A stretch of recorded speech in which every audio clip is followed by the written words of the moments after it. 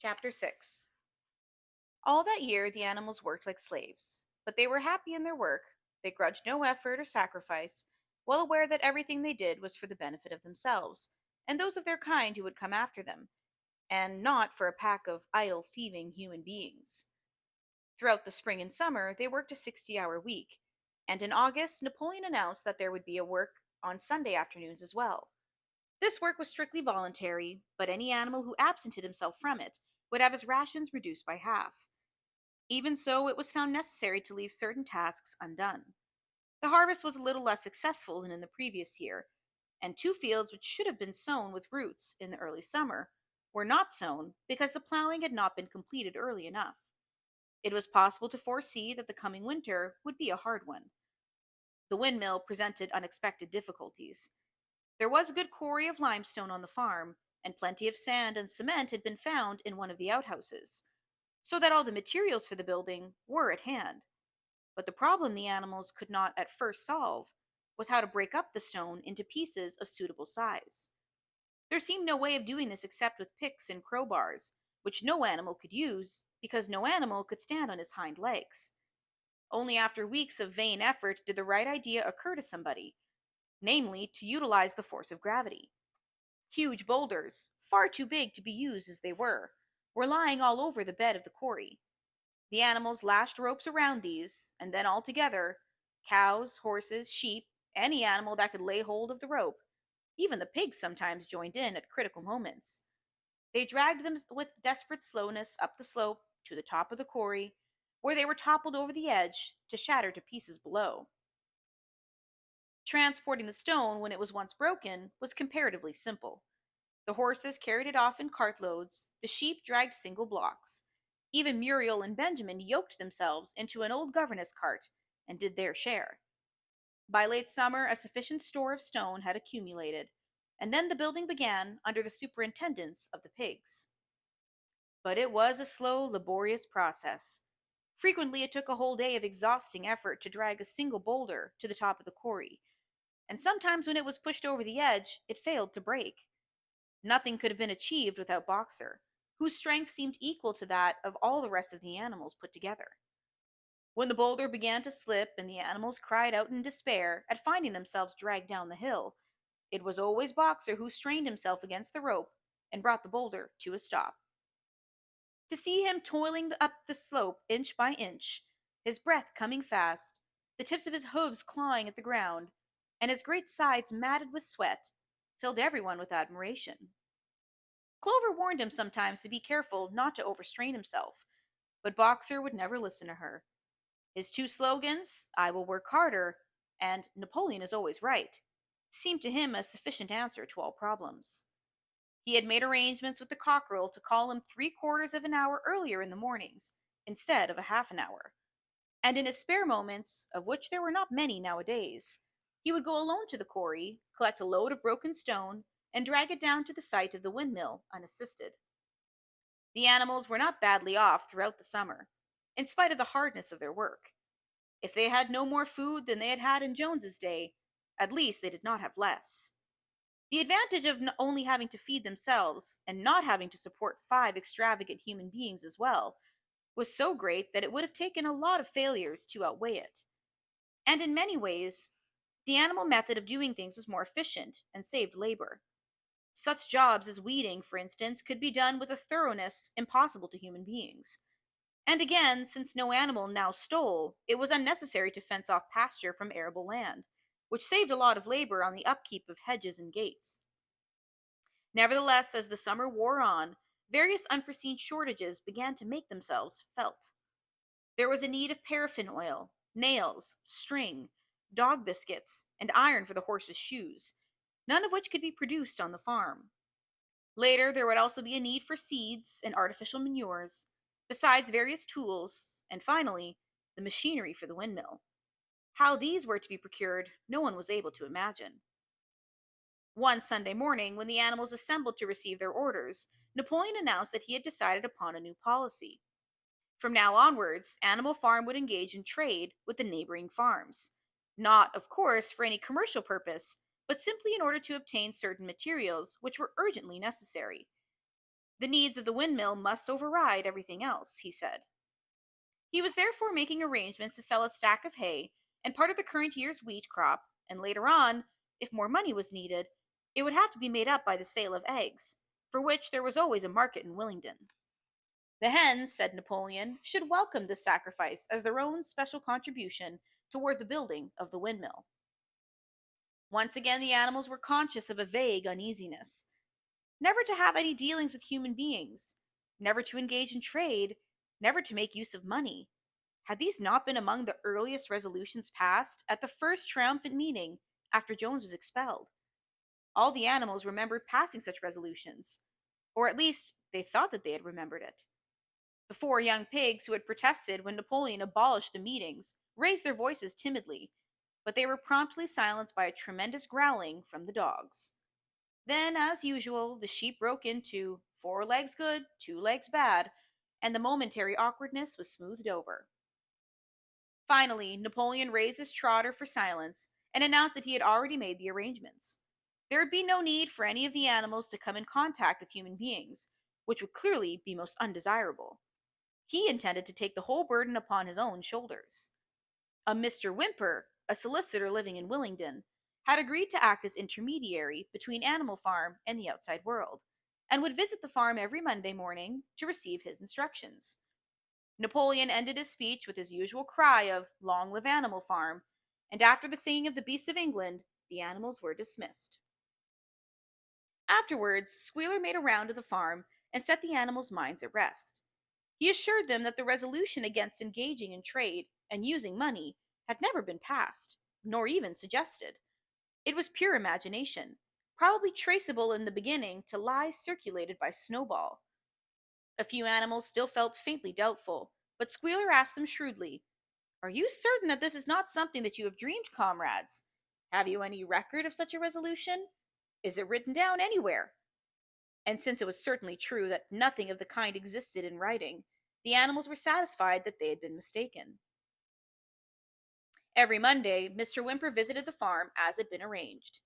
He was a sly-looking little man with side whiskers, a solicitor in a very small way of business, but sharp enough to have realized earlier than anyone else that Animal Farm would need a broker, and that the commissions would be worth having. The animals watched his coming and going with a kind of dread, and avoided him as much as possible. Nevertheless, the sight of Napoleon on all fours, delivering orders to Whymper, who stood on two legs, roused their pride and partly reconciled them to the new arrangement. Their relations with the human race were now not quite the same as they had been before. The human beings did not hate Animal Farm any less now than it was prospering. Indeed, they hated it more than ever. Every human being held it as an article of faith that the farm would go bankrupt sooner or later, and above all, that the windmill would be a failure. They would meet in the public houses and prove to one another by means of diagrams that the windmill was bound to fall down, or that if it did stand up, that it would never work. And yet, against their will, they had developed a certain respect for the efficiency with which the animals were managing their own affairs. One symptom of this was that they had begun to call Animal Farm by its proper name, and ceased to pretend that it was called the Manor Farm. They had also dropped their championship of Jones, who had given up his hope of getting his farm back, and gone to live in another part of the county. Except through Whymper, there was as yet no contact between Animal Farm and the outside world, but there were constant rumors that Napoleon was about to enter into a definite business agreement, either with Mr. Pilkington of Foxwood or with Mr. Frederick of Pinchfield, but never, it was noticed, with both simultaneously. It was about this time that the pigs suddenly moved into the farmhouse and took up their residence there. Again, the animals seemed to remember that a resolution against this had been passed in the early days, and again, Squealer was able to convince them that this was not the case. It was absolutely necessary, he said, that the pigs, who were the brains of the farm, should have a quiet place to work in. It was also more suited to the dignity of the leader, for of late he had taken to speaking of Napoleon under the title of leader, to live in a house than in a mere sty. Nevertheless, some of the animals were disturbed when they heard that the pigs not only took their meals in the kitchen and used the drawing room as a recreation room, but also slept in the beds.